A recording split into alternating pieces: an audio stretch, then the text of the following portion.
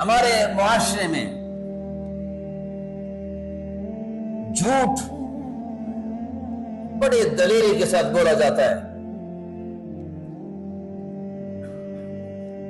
اتنا بناؤ سنگار میں جھوٹ بولا جاتا ہے کہ بلکہ اتنے احتیاط کے ساتھ جھوٹ بولا جاتا ہے کہ سننے والا اس کو سچ سمجھتا ہے، حالانکہ وہ بندہ جو جھوٹ بول رہا ہے وہ معروف آدمی ہے،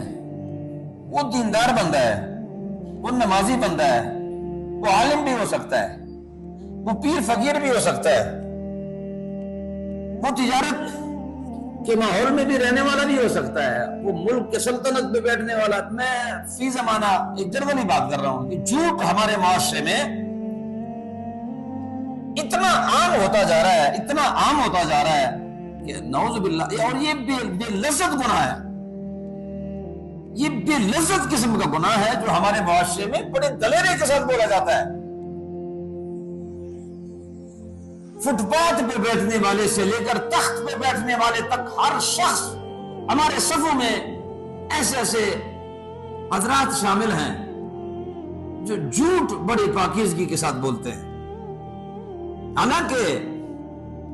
اللہ رب العالمین کا فرمان ہے کہ جھوٹے پر میں لعنت برساتا ہوں، جھوٹے اللہ فرماتا ہے کہ جھوٹے پر میری لعنت ہے۔